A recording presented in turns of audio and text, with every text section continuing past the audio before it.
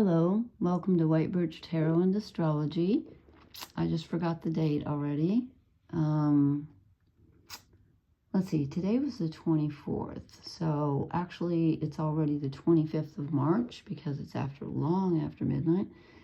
And I wasn't going to do this, and then I just got a wild hair. There's so much going on. So I drew this reading for the Sun conjunct Mercury, which actually happened yesterday on the 24th at 4 degrees of Aries. If you know your chart, you can look and see where that happened.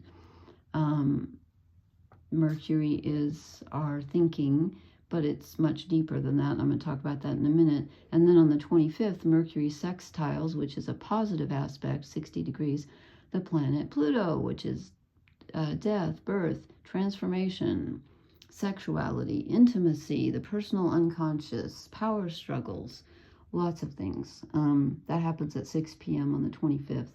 So, and that, then Mercury will be at 3 degrees of Aries because he's retrograde. So I keep wondering why I've been so angry and everything's all messed up, and then I keep forgetting all this stuff's happening on my Mars, which isn't fun. Anyway, so I just want to read you something real quick. I was just looking up. I know that in alchemy, Mercury is the transformative agent. And so I kind of looked that up just to see if there was anything that I didn't know about it. Like I know everything I don't, of course. And I had never heard this name. It's Azoth, A-Z-O-T-H. Now, I knew he was Mercurius. That's what, a lot of textbooks call him instead of Mercury. And it says this: Mercury, or Mercurius, or Azoth, was believed to be the essential agent of transformation in alchemy. So the agent of transformation in alchemy is going to be connecting with the planet of transformation, Pluto. And it says they also believed that Mercury was, or Mercurius, was the animating spirit hidden in all matter that makes transmutation possible. I did not know that. That is very interesting.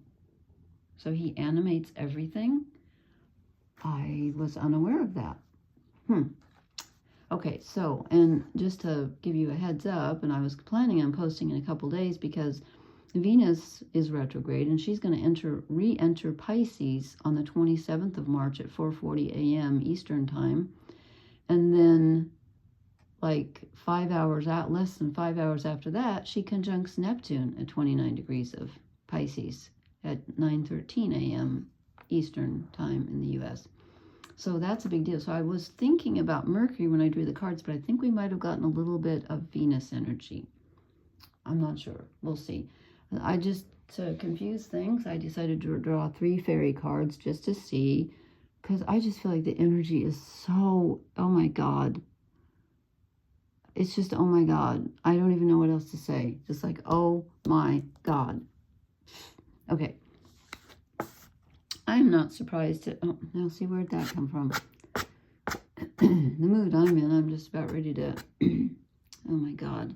Everything's going, it's this Mercury retrograde is just like insane. It's everything. Okay, so we get the Queen of Shadows. It's interesting that she's number 8 because I always associate 8 with Mercury. When I learned numerology decades ago, it was connected with astrology.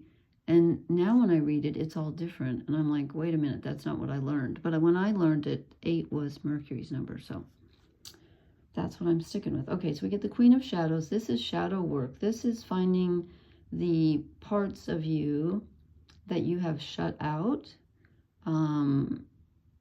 Any parts of you that have been traumatized, disowned, shamed, neglected, for whatever reason, are coming up to be examined and hopefully given some compassion and hopefully transmuted by this Mercury energy connecting with Pluto.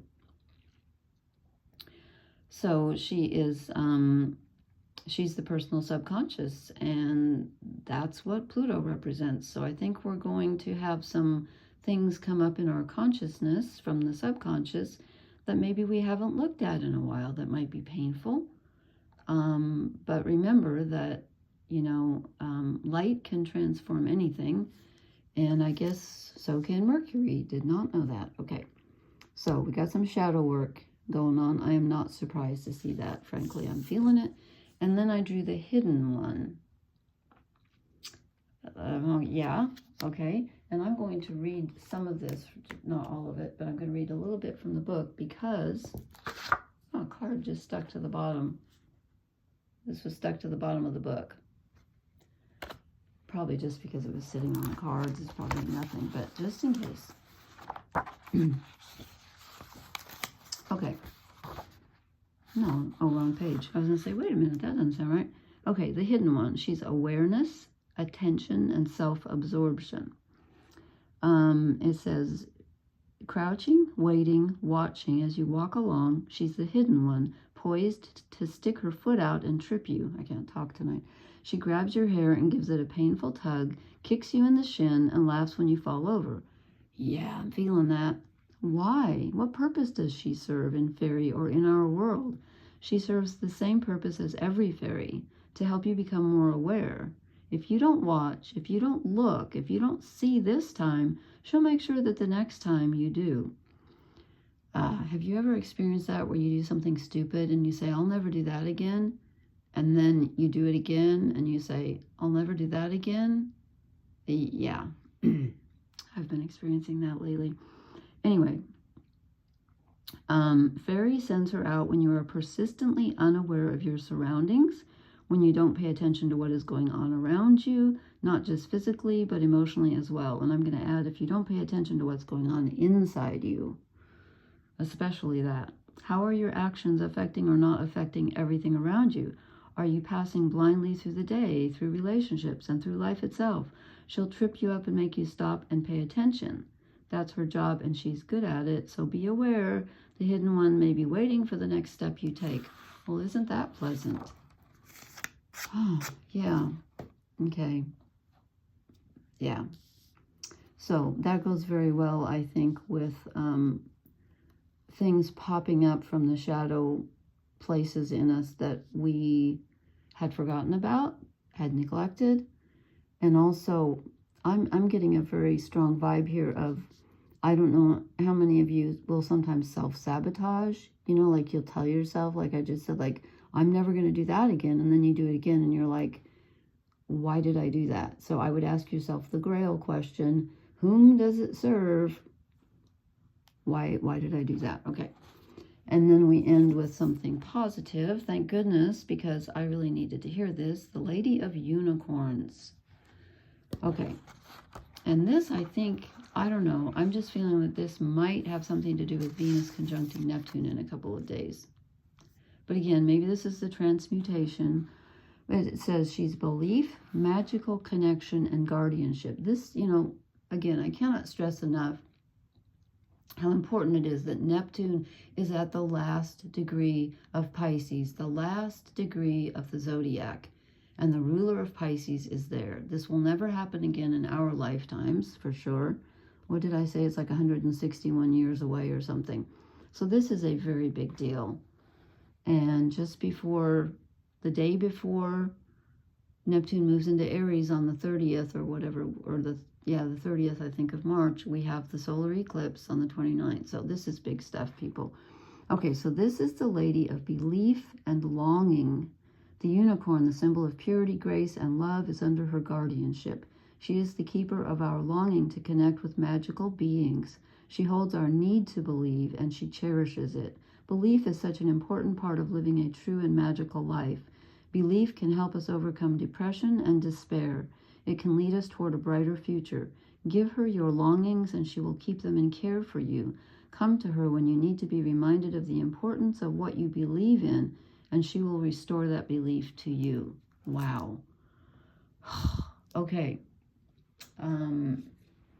I needed to hear that.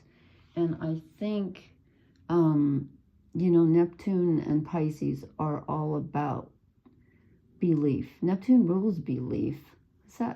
Jupiter rules belief to a certain extent, but he's more about philosophical and spiritual belief. And Neptune is more of a of like a oneness, you know, like they're both spiritual, but Jupiter's more philosophical. I would say Neptune is more spiritual. Pisces is truly the one. It's the light and the dark coming together and joining to become one unit. And that's what Mercury is all about. That's what he's trying to accomplish in alchemy, is for the, what did they used to call that? The, I've forgotten all the conjunctio, oh God, I forgot. Anyway, there's a name for it. It's the royal conjunction. They show, like in the medieval pictures, the king and queen coming together and being joined together as one. Anyway, so there's something, the dark needs to be transmuted into light. And if you're feeling very put upon right now, because Neptune and Pisces also rule victimization, you know, I've talked about that before. Whenever you have a victim, you have a savior, the Lady of Unicorns. And whenever you have, so here's the victim. She's been shamed. Here is the perpetrator, because whenever you have a victim, you have somebody who's perpetrated the, quote, crime, the hidden one who trips you up. You ask yourself, why am I being tripped up? It's for your own good, supposedly, okay? And she's the savior. So here we've got Neptune in a nutshell right here.